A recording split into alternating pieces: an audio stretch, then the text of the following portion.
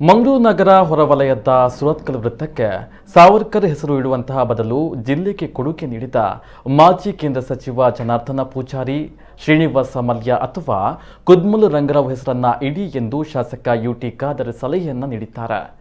Circuit ಹೌಸ್ನಲ್ಲಿ ನಡೆದಂತಹ ಪತ್ರಿಕಾಗೋಷ್ಠಿಯಲ್ಲಿ ಮಾತನಾಡಿದ ಅವರು, ಅದು ನನ್ನ ವಿಧಾನಸಭಾ ಕ್ಷೇತ್ರ ಅಲ್ಲ, ಆದರೂ ಜಿಲ್ಲೆಗೆ ಕೊಡುಗೆ ನೀಡಿದವರ ಹೆಸರನ್ನ ಇಡಿ. ಇದರಿಂದ ಮುಂದಿನ ಪೀಳಿಗೆ ಇತಿಹಾಸವನ್ನು ತಿಳಿಯುತ್ತದೆ. ರಾಷ್ಟ್ರೀಯ ರಾಜ್ಯ ನಾಯಕರ ಹೆಸರು ಇಡುವಂತಹ ಬದಲು ಇಲ್ಲಿನವರ ಹೆಸರನ್ನ ಇಡಿ ಎಂದು ಸಲಹೆ ನೀಡಿದರು.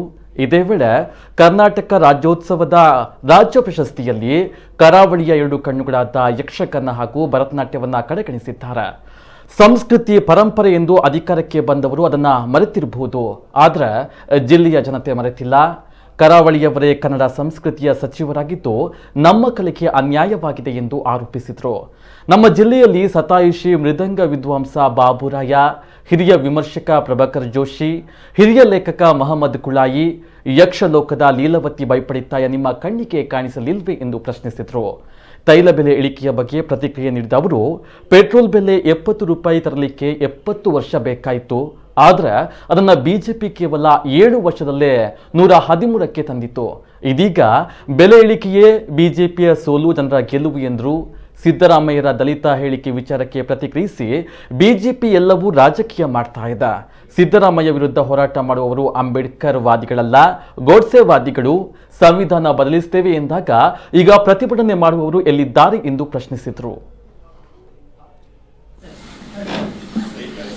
ಸಾವರ್ಕರ್ ಜೈಲಲ್ಲಿದ್ದಾಗ ಬ್ರಿಟಿಷರಿಗೆ ತಪ್ಪೊಪ್ಪಿಗೆ, ಕ್ಷಮೆ ಪತ್ರ, ನಾನು ತಪ್ಪಾಯಿತು, ನಾನು ಈ ರೀತಿ ಮಾಡೋದಿಲ್ಲ, ನೀವೆಲ್ಲ ಕೇಳ್ತೇನೆ ಅಂತೇಳಿ ನಮ್ಮ ದೇಶಕ್ಕೆ ಅವಮಾನ ಮಾಡುವಂಥ ಅವತ್ತು ಆ ಪತ್ರ ಬರೆದಿದ್ದಾರಲ್ಲ, ಇದರ ಬಗ್ಗೆ ಇರುವಂಥ ಭಿನ್ನಾಭಿಪ್ರಾಯ.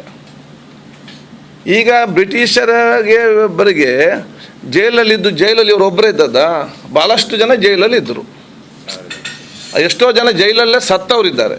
ಅಂಡಮಾನ್ ಜೈಲಲ್ಲಿ ಎಷ್ಟೇ ಜನ ಜೈಲಲ್ಲಿ ಅವರಿಗೆ ಹಗ್ಗ ಹಾಕಿ ಎಲ್ದವಂಥ ಭಾರತ ದೇಶಕ್ಕೆ ಪ್ರಾಣ ಕೊಟ್ಟವರು ಇದ್ದಾರೆ.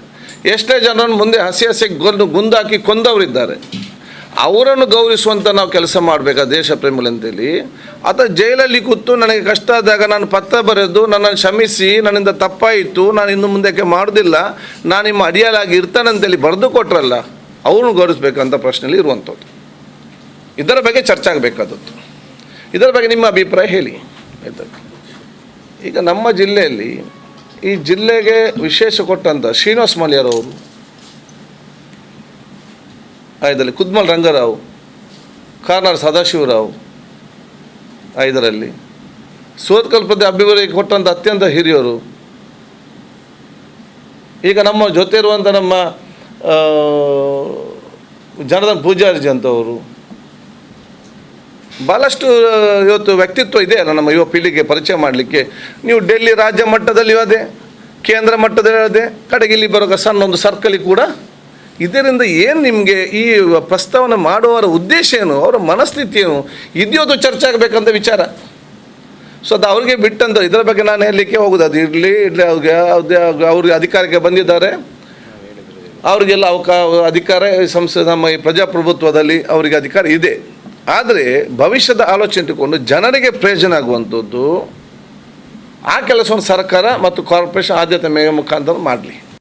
ಇವರು BJPಯವರ ಸಾಧನೆ ಅಂತ ಹೇಳಿದರೆ, ಇಡೀ ಏಷ್ಯಾದಲ್ಲಿ ಅತ್ಯಧಿಕ ಪೆಟ್ರೋಲ್ ಮತ್ತು ಡೀಸೆಲ್ಗೆ ಬೆಲೆಯಲ್ಲಿ ಅದು ಇದ್ದರೆ ರೇಟಲ್ಲಿ ಡೀಸೆಲಲ್ಲಿ ಇವುಗಳು ಇಷ್ಟು ಕಡಿಮೆ ಮಾಡಿಯೂ ಕೂಡ ಅದು ಭಾರತದಲ್ಲಿ, ಶ್ರೀಲಂಕಾದಲ್ಲಿ ಕಡಿಮೆ, ಪಾಕಿಸ್ತಾನದಲ್ಲಿ ಕಡಿಮೆ, ನಮಗಿಂತ ಜಾಸ್ತಿ ಆರ್ಥಿಕವಾಗಿ ಆ ಒಂದು ದೇಶದಲ್ಲಿ ಮುಂದೆ ಓಡಲಿಕ್ಕೆ ಪ್ರಥಮ ಚೈನಾದಲ್ಲಿ ಕೂಡ ಕಡಿಮೆ. ಅದೇ ನಮ್ಮಲ್ಲಿ ಬಡವರು ನಮಗಿಂತ ಸಣ್ಣ ರಾಷ್ಟ್ರಗಳು ಕಡಿಮೆ, ಇನ್ನು ನಮ್ಮಲ್ಲಿ ಯಾವಲ್ಲಿರುವಂಥ ರಾಷ್ಟ್ರಗಳು ಕೂಡ ನಮ್ಮಲ್ಲಿ ಯಾಕೆ ಕ್ರೂಡ್ ಆಯಿಲ್ ಇಡೀ ವಿಶ್ವಕ್ಕೆ ಎಲ್ಲ ಕಡೆಯಿಂದ ಒಂದೇ ಕಡೆಯಿಂದ ಬರುವುದಲ್ಲ, ಇವರು ಹೇಳ್ತಾರೆ ಅಂತಾರಾಷ್ಟ್ರೀಯ ಮಟ್ಟ ಮಾರ್ಕೆಟ್ ಅಂತ ಹೇಳ್ತಾರಲ್ಲ, ಎಲ್ಲ ದೇಶ ಒಂದೇ ಅಲ್ವಾ, ಬೇರೆ ಕಡೆಗೆ ಎಲ್ಲಿ ಕೂಡ. ಭೂತಾನಲ್ಲಿ ಅವರದೇ ಫ್ಯಾಕ್ಟ್ರಿ ಇದೆಯಾ ಎಣ್ಣೆ ತಯಾರಾಗುವಂಥದ್ದು. ಸೊ ನಾನು ಬಹುಶಃ ಜನನ ಇವತ್ತು ನಾವು ಪ್ರತಿಪಕ್ಷಗಳು ಎಷ್ಟೇ ಪ್ರತಿಭಟನೆ ಎಷ್ಟೇ ಪ್ರೆಸ್ ಕಾನ್ಫರೆನ್ಸ್ ಮಾಡಿ ಕೂಡ ಇವರ ಕೆಲಿಗೆ ಬೇಲಿಲ್ಲ. ಜನರ ಒಂದು ಏಟು ಕರೆಕ್ಟಾಗಿದೆ ಇದರಲ್ಲಿ ಮೊನ್ನೆದು. ಅದಕ್ಕೆ ಜನ ಅರ್ಥ ಮಾಡಿಕೊಳ್ಬೇಕು.